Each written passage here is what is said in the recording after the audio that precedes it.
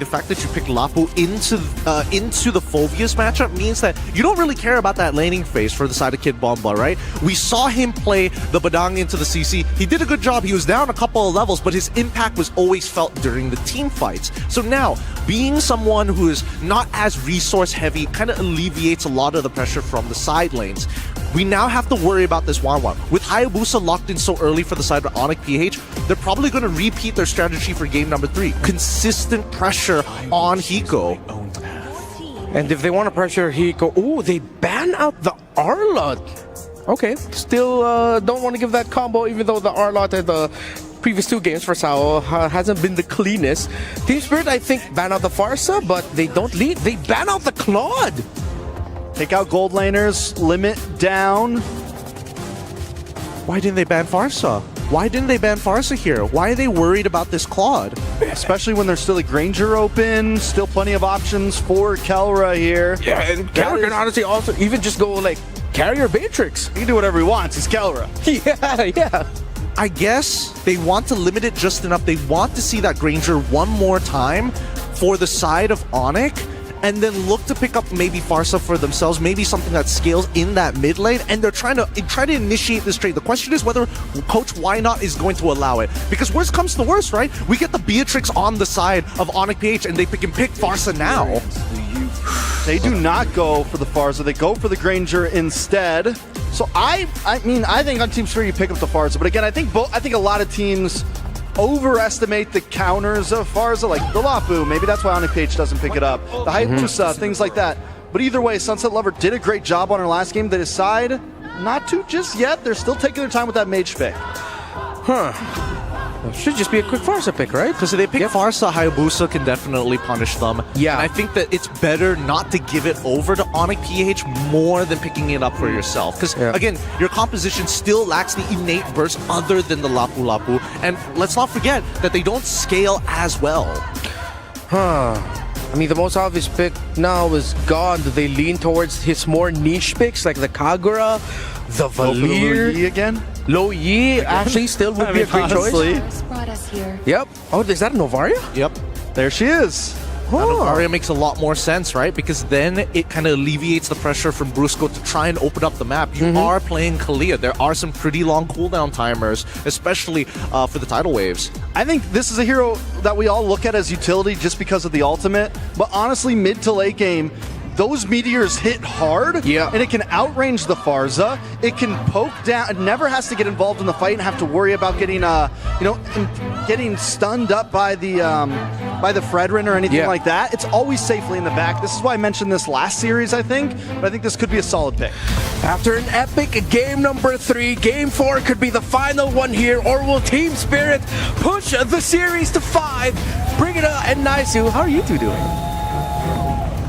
Hey, we've gotten our feet back on the ground here, I'd say, for this one after the amazing Game 3. But I'll tell you guys what, if you know any lore here, Brigida is on desk. I'm expecting a Game 5. I'm expecting Team Spirit to take Game 4 because that's the Brigida Bless. That's the Brigida Bless here. Well, I think we should also be mentioning that the Mother of All series is in the stadium and the arena. So you're both here. Maybe that could be another way to look at it, but yeah, it has been a very close game number 3. And it seems like Team Spirit this time around could be the one setting up that same tempo. They got the Cho for themselves, and I'm really looking forward to seeing how this is going to play out, because this is the typical Cho Farsa combination. You could expect a very aggressive early game, and that's exactly what they're doing right now, pressuring Super Friends constantly.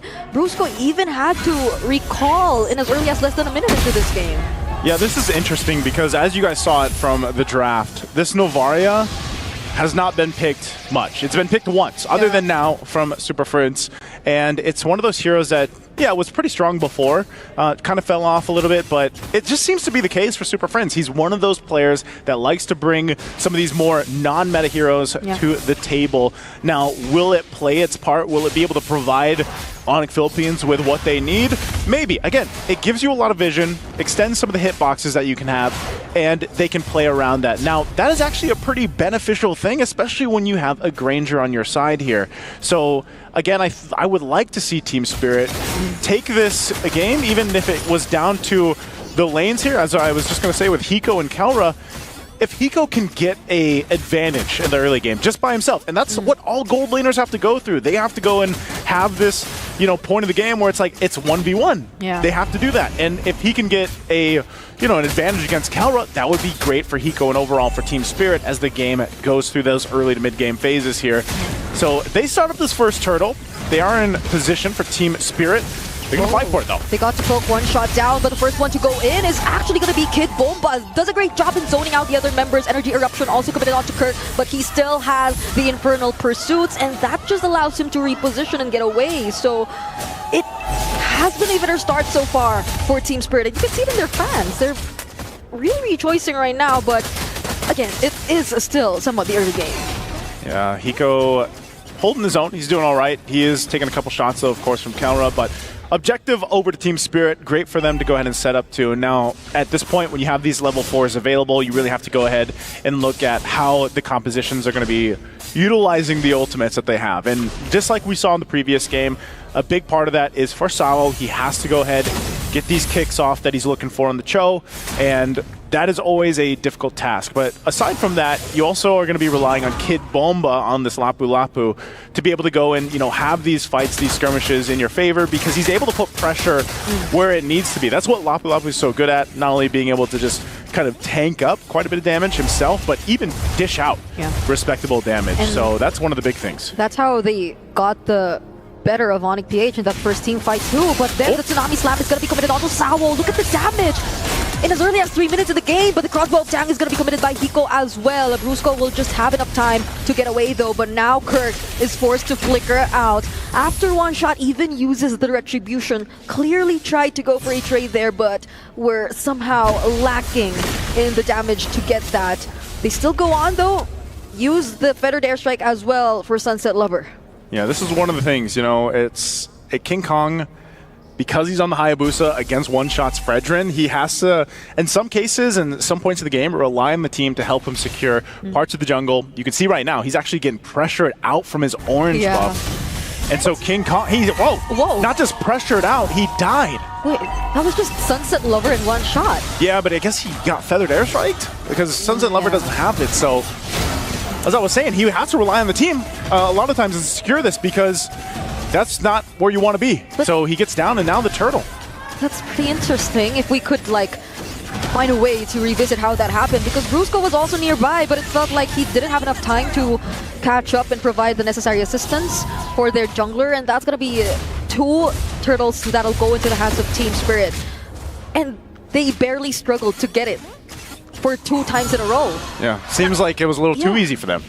And again, when you are able to put pressure on an assassin-type jungler, you can usually continue to play into that advantage that you have. One shot also just picks up the empty Karas, so he's got a little bit of that extra defense now to deal with King Kong and even Kelra in a sense. So in a good position to continue to just kind of not let up on the gas, continue to put pressure there. You can see this pressure from Kid Bomba. I'm not sure if Kirk and the rest of the squad wants to make the play. He sensed that there were other members coming for him, and now he uses the flicker to get away. Star Shutter lands, but Kid Bomba is still alive, and he got to clear the way too. So Onic PH, they probably will get to make something out of it, but it's just going to be mirrored here by Team Spirit. Hiko works on the bottom lane as well.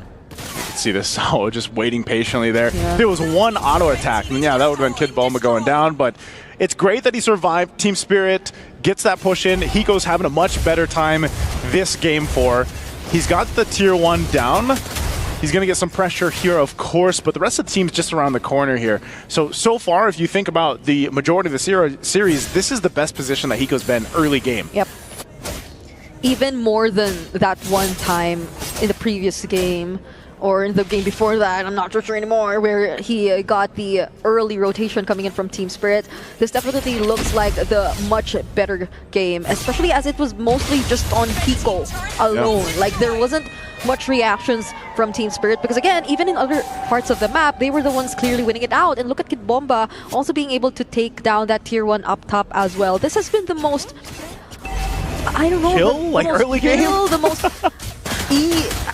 easiest situation for Team Spirit in the early game. It feels like everything is just hand it over to them for free. It's like this, Brigida. You know, they know everybody experienced the last game. They're like, all right, we'll tone it down a little bit for the early game. I'm not sure if that's going to be the case when we get to that mid to late game transition either, because this is a lineup for Onic Philippines that really needs time to go ahead and come online. Part of that, like I said, is the Hayabusa. You can't do too much if you're King Kong against this kind of lineup, unless maybe Brusco gets the Tsunami Slams like we've been seeing. That's usually been the case. But you're almost forced in this situation where you just have to farm up. Here it is. And there goes the Tsunami Slam into the Tidal Strike. They finally get to find a pickoff, and that's going to be onto Sao. So maybe that's the biggest difference, because I feel like for a huge majority of the past few minutes, Team Spirit were aware of the resources that Onic PH decided to pour into that potential pickoff against Kid Bomba in the top lane. But ever since they failed that, Team Spirit were just being very decisive and trying to look for other things to do across the map. Wow. And now they've been very efficient. As you can see, 7 minutes into this game, they've already cleared out so many turrets away from Onic PH. Wow, Team Spirit gets a tier 2 under the 8-minute mark already. It just seems like there's not really much that Onic Philippines can do, except for play around the Tsunami Slam. Like, that's their only option right now. The fight for the purple buff, though, might force them. Brusco's isolated because Kid Bomba, he just zoned Super Prince away, and now he will be the first to fall. Star Shutter doesn't latch onto anyone.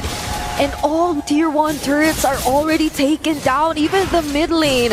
So this makes things so much more easier for Team Spirit and so much harder for King Kong. It's kind of crazy because in essence, Team Spirit isn't doing anything fancy. Yeah. Like, they're literally just playing around. If they catch Brusco or Brusco Tsunami Slams, they follow on through. They have enough damage already too. Like, Sunset Lever picked up the Divine Glaive earlier on. So a lot of the times, it's not even Sao that has to start with a kick. Now, if he decides to, then they're in a great position to win these fights. And that's why we're really just seeing Onic Philippines watch the turrets go down.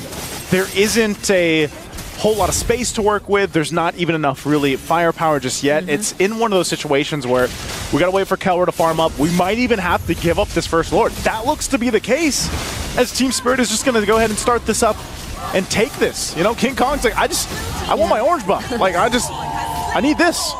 This could be the only time I'm gonna get it without any other member from Team Spirit disrupting me. And so he finally gets his hands on the orange buff, but as you've mentioned, just looking at the lineups here for both Team Spirit and Onic PH, it does feel like Team Spirit, just by having Kid Bomba use the Bravest Fighter, just by having Sao stand there with the threat of the Way of the Dragon, it does feel like Onic PH are getting a taste of their own medicine, because this seems too familiar to how they were able to actually present themselves in the previous game through Brusco and the Cho. But now it's Sao applying all that pressure, and yes, this is a 0-2-0 standing and a KDA for him, but you know that all those instances where Onic PH were able to get the kill onto Sao were greatly, I'd say Team Spirit were able to make the most out of it. Like, they didn't allow Sao to go down without trading anything massive, and now 10 minutes, it's been so fast, and now they gain access to the base turrets and take down the holy shields. Lord is still up here, so Onic will clear it out, but I don't know, Sao might want to force something, I guess. Conceal is going to be used. They still have the holy defense, though. That's going to go ahead and pop now on the top side. The most, clean game so far that we've seen. Just 2-2 across the board. It's, again, Team Spirit doesn't have to do anything, but they are going to jump into this one. Kid Bomba times the Bravest Fighter alongside the minion wave, and they actually find 2 kills even before anything happens. Clutch crossbow of Tang as well, coming in from Hiko, keeping him alive, and Kid Bomba, he's still standing in front of Onic PH. He doesn't care. Kid Bomba is just flexing right now on the Lapu Lapu, staying in the base. He'll be fine. They gotta wait for those waves to push in, but man, they took out 3 from Onic Philippines, and they have to scramble for the defense. How is he still able to regroup with Team Spirit? He was sitting right behind that tier 3 turret, and he got the reset on his Bravest Fighter too. So that was a very long time that was bought here by Look at how much damage he's done. 35,000. Talk about a performance from Lapu Lapu. This is why we've been talking about XP laners for so long throughout MSC, because of the impact that they can have. And I know all the XP laners out there can rejoice because XP lane for a while was pretty, you know, it was pretty stale. Yeah. But now you get to be in a good position where it's like you can literally carry games as an XP laner. Now, again, Team Spirit, they haven't done anything fancy. And even in the sense, because Hiko has had a much better game in terms of just winning the lane and putting himself in that position, he even survived Kirk earlier on. So, you know, this is one of those cases where it's like, Onic Philippines is really far behind. They're in this position where they've even lost a base turret already. They're not going to be in a place to actually get the next Lord for a while. So it's all just a waiting game. Are they able to do it? Because every single time we've seen Brusco try to set something up, who's he going to Tsunami Slam? Most of the time, even if he Tsunami Slams Sunset Lover still has a Purify. You still have to get through that. So, you know, it's really just kind of trying to make something happen for Onic Philippines. And the only place that's going to happen right now is in their base. Yeah. That's the best place for them to possibly turn this almost 9,000 gold deficit around. And I mean, Trex and the panel did mention it earlier too, that if you look at Onic PH's lineup, especially the Novaria, they will have a bit more damage to rely on come the mid to late portions of the game. But the thing is, could they defend this part of the game? Oh, there seems to be decent damage already, though. Hiko will already have HP, but now it's another Mavis fighter. He gets to receive the Tsunami Slam as well. It seems like Kid Bomba right now might just get punished. He is the first to fall in this team fight, and the Inferno Pursuits coming in from Kirk are just too much. They find another kill onto Sawo as well, and that definitely keeps Onic PH in this game. Wow, that was a great defense, and it was actually a shot from Super Friends that even checked Hiko. Hiko couldn't go forward because of the fact that he was like, all right, that actually that got me pretty low. I shouldn't push this any further. Yeah, and that jump from Kid Bomba was something Onic PH seemed to have calculated already, because yes, the Lapu Lapu, once he does use the Bravest Fighter and his enhanced skills when he is actually in the different form, you get to immune crowd control. Yeah, but there is a brief moment that you can't. And that's what Onic PH were able to capitalize on, clearly taking down the frontliners first, and that's where things started to fall for Team Spirit. But more importantly was, yes, the amount of poke that came in from Super Friends towards Hiko before that fight. Yeah, and you can see that, like, in terms of gold lane, Kelro's where he needs to be. He's farmed up, he has the items that he needs. King Kong should be able to get away. He's going to get stunned, though, but the quad shadow, he goes back. He goes back in, and now Sunset Lover gains easier access to him. There's another Tsunami Slam committed onto Sawo, but now Hiko, he needs to reposition himself. There's just too much damage coming in from Onic PH, but will he find the stack, though? Not for now. But that's still another kill that goes into the hands of Team Spirit. Well, Super Friends, he's going to keep them at bay for now. Wave is still pushing in bottom, but as long as Kelra is alive, they should be fine to clear these out. Unless Team Spirit decides to force a fight, they might want to get this mid turret down. Sawa's going to go ahead and jump on in. Can they defend? Oh, they want to make things happen now. They set up, they go for Brusco. There's the Winter Crown. It's going to buy him some time, but it won't save him from the energy eruption and from the kill. That will be handed over to Hiko, but the Appraiser's Wrath, though, it's just too much to handle as well. But nonetheless, Onic PH, still another successful defense. That's what they have to do. More time bought for them, the better. Earlier on, we saw the difference. Gold lane is fine. They are in fighting form, but the big thing is, again, their front guys, Kirk, even King Kong, Brusco, for example, need plenty of time to build some of that defense. So shadow kill? Oh no, it's Sunset Lover who gets picked off for Team Spirit. Oof. And even though Kid Bomba and Sawo might just make it to the fight, they don't have Sunset Lover, and that's such an important piece in the equation. That's a lot of damage gone. This is still a risk for Onic Philippines to go ahead and start this up and take it. Their base is fully exposed, but they know they have at least one advantage, and that's Sunset Lever being gone. Wow. But look at the pressure from TS, still keep them at bay. They might force the fight. Oh, they find the stacks. The crossbow of town might just be committed anytime now. And there he goes. But the Winter Crown is going to keep Kirk safe. But Brusco might not be able to escape this. There's the Bravest Fighter as well from Kid Bomba, but gets struck down. The Appraiser's Wrath won't be even used at all. Eagle's the only one left, and Kelra finds the shutdown and the triple. How did they do it? Again. But now Sunset Lover trying to just clear the wave out. He's forced down, and Kelra will pick up the kill. And they'll work on the tier 2, even with a base fully exposed.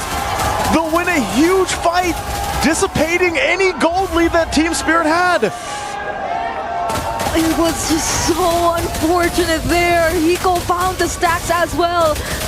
Also got to land the heavy crossbow. Kid Bomba also got to use the Bravest Fighter. All the resources were used just in time, but they weren't enough anymore because no one had their eyes on the damage that came in from Kelra.